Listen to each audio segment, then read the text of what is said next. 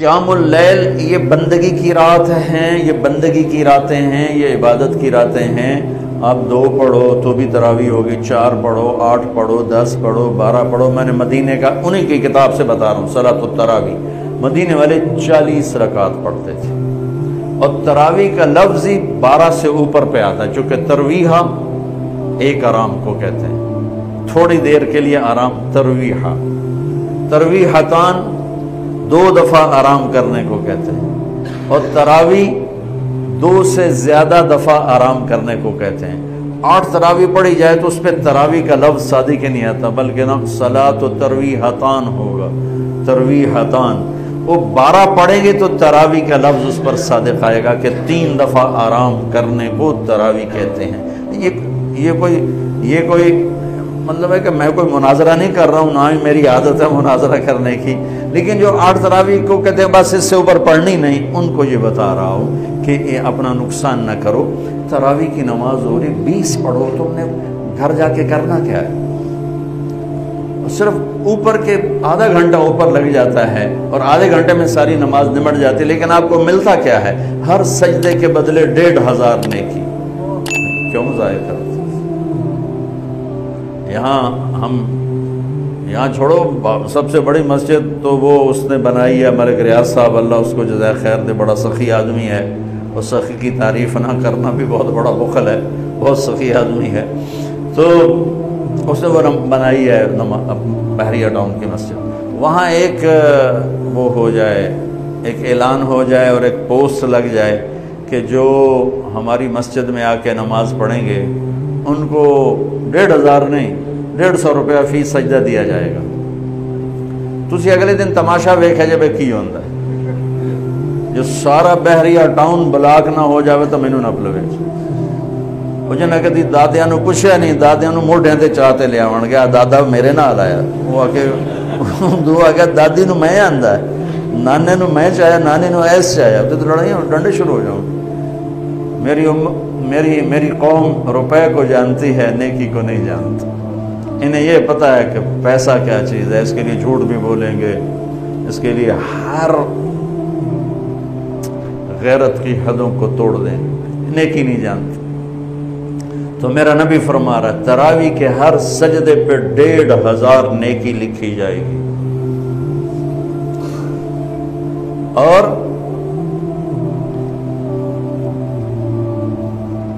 تراویح کے ہر سجدے پر جنت میں ایک گھر ملے گا جس کے 60,000 سونے چاندی کے دروازے ہوں گے۔ جس گھر دے 60,000 بو ہوں وہ تو فیصلہ بات ہی وڈا ہوئے گا۔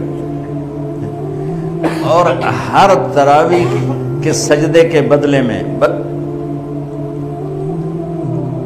ایک درخت لگے گا جنت میں جس کے نیچے 100 سال عربی گھوڑا دوڑ سکے۔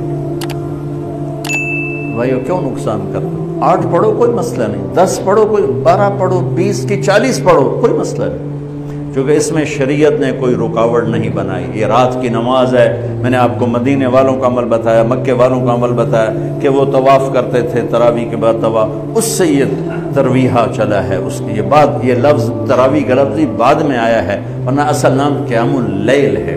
لیکن یہ کہنا کہ تراویح کی نماز ہی کوئی نہیں ہے تو بہت بڑی حماقت اور بہت بڑی نادانی کی بات ہے۔ اللہ تعالیٰ پوری امت 1400 سال سے ایک عمل کو لے کے چلی آ رہی ہے، اسے یوں کہہ دینا کہ نماز ہی کوئی نہیں، اتنی دلیری بھی ٹھیک نہیں اور اتنی شدت بھی ٹھیک نہیں کہ کوئی تراویح پڑھنے نہیں آیا تو کفر ہی فتویٰ لا دو، تو کافر ہو گیا، مردود ہو گیا، پتہ نہیں کیا کیا کرتے رہتے ہیں ہمارے خطیب۔ ایک نوجوان کہنے لگا خطیبہ نے ساڑھے کو ساڑھا رب بھی کھو لیا۔ میں اتنا حیران ہوا، ڈرا مار چھڑیا نے، سنتا لگتا ہے رب بس لتر چاہی گلوتا ہے تو مارنا ہی مارنا۔ میں نے کہا سنو، اللہ کے 99 نام ہیں، میں میرے ہر بیان میں تقریباً آج میں نے روزے کی بات کرنی تھی تو وہ مضمون روزے کے مطابق میں نے بولا اللہ کے 99 نام ہیں صفاتی۔ 99 کا مطلب یہ ہے کہ میرے نبی نے ایک روایت میں 99 نام گن کے سنائے کہ یہ اللہ کے ناموں میں سے نام ہیں، یہ نہیں کہ صرف 99۔ اللہ تو لا محدود ہے، تو اس کی صفات لا محدود ہیں، تو اس کے نام بھی لا محدود ہیں۔ میرے نبی نے کہا ان للہ 99 اسما، اللہ کے صفاتی ناموں میں سے یہ 99 نام ہیں، ان میں ایک نام ہے غصے والا، باقی سب رحمت ہی رحمت، صرف ایک۔ کمال کی بات ہے۔ باقی جبار جو ہوتا ہے نا، غصے والے کو نہیں کہتے، جو اللہ کا نام ہوتا ہے الجبار، العزیز الجبار المتکبر۔ جبار کا مطلب ہوتا ہے چھا جانے والا، غالب آنے والا۔ غصے کا مطلب ہم اردو میں کرتے ہیں، یہ تو بڑا جبار بندہ ہے، بڑا جابر بندہ ہے، ہم کہتے ہیں بڑا جابر بندہ ہے۔ یہ اردو میں جابر غصے والے کے لیے ہے، عربی میں جابر جوڑنے والے کو کہتے ہیں، ٹوٹے کو جوڑنے والے کو جابر کہتے ہیں، اور جبار چھا جانے والے کو کہتے ہیں۔ المہیمن چھا جانے والا۔ صرف ایک صفت بتا رہا ہوں، المنتقم انتقام والا، انتقام پھر غصہ بھی ہے، پکڑ بھی ہے، عذاب بھی۔ اچھا، تلوار کے اوپر اگر کور چڑھا ہوا ہو تو وہ کاٹے گی؟ مولی شاہد تم ہی مارو تو کچھ نہیں ہوگا، انہوں کہتا نیرا پل پلا جیا بیٹا، گول مٹول جائے۔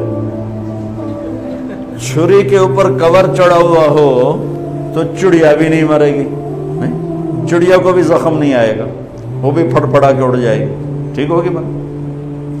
میں رحمت للعالمین پہ قربان جاؤں، انہوں نے اللہ کے ناموں کی فہرست جیسے ہمیں بتائی، ہم ویسے اس کو بیان کرتے ہیں۔ میں نے یاد کیا ہوا، میں سناتا رہتا ہوں، وہ المنتقم کو کہاں لائے؟ یہ رحمت للعالمین کو سلام ہے،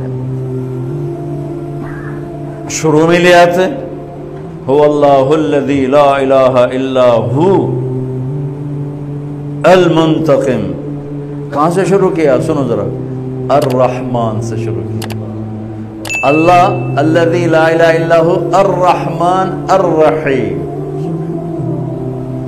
یہاں سے شروع کیا، اور الرشید الصبور پہ آ کے ختم کیا۔ صبور، جو اپنے بندوں کی برائیاں دیکھنے کے بعد بھی ان سے پیار کرتا ہے، جیسے والدین بچے کی کمیاں دیکھ کر بھی پیار سے مجبور ہوتے ہیں۔ اچھا، اب المنتقم اللہ لایا کہاں ہے؟ یہ میرے ہاتھ کو دیکھنا، یہ دو انگلیاں، یہ درمیان، اگر میں یوں کر دوں تو یہ درمیان والی انگلی بند ہو گئی نا، دونوں طرف سے بند ہو گئی۔ میرے نبی پہ قربان جاؤں، اللہ کے نبی المنتقم کو بیان کرنا چاہتے ہیں۔ اللہ نے جو کہا میں ہوں، اور ہے بھی صحیح۔ بعض لوگ ڈر کے سیدھے ہوتے، بعض محبت میں سیدھے ہوتے۔ تو یہاں ہے البر، یہ ہے التواب، یہ ہے العفو، یہ ہے الرؤوف۔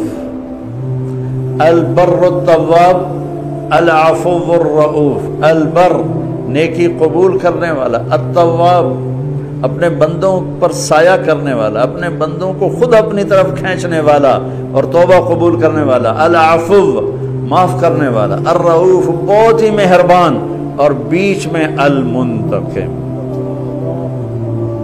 المنتقم، تو میں نے کہا نا تلوار پہ کور ہو تو اثر نہیں کرے گی۔ ایک مثال دے رہا ہوں، اللہ وللہ المثل الاعلی، اللہ تو ہر تشبیہ سے پاک ہے۔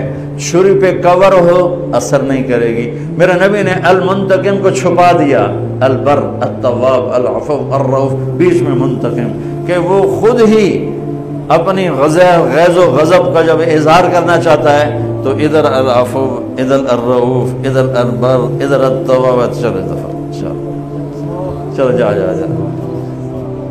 ایک بدو آیا، یا رسول اللہ قیامت کے دن حساب کون لے گا؟ آپ نے کہا اللہ کا، موجہ ہو گئی، موجہ ہو گئی۔ آپ نے کہا کیڑی گلدیاں موجہ، کہ سخی بادشاہ ناپ کے بھی چھڑ دیندہ ہوں۔ ان الکریم اذا قدر عفا، ان الکریم اذا قدر عفا، سخی بادشاہ ناپ کے بھی چھڑ دیندہ ہے، تو وہ ایڈا وڈا بادشاہ ہے۔ تو بھائیو کچھ چیزیں آ گئیں، کچھ ابھی رمضان چلنا ہے، اعتکاف بھی رہ گیا ہے، صدقہ فطر بھی رہ گیا ہے،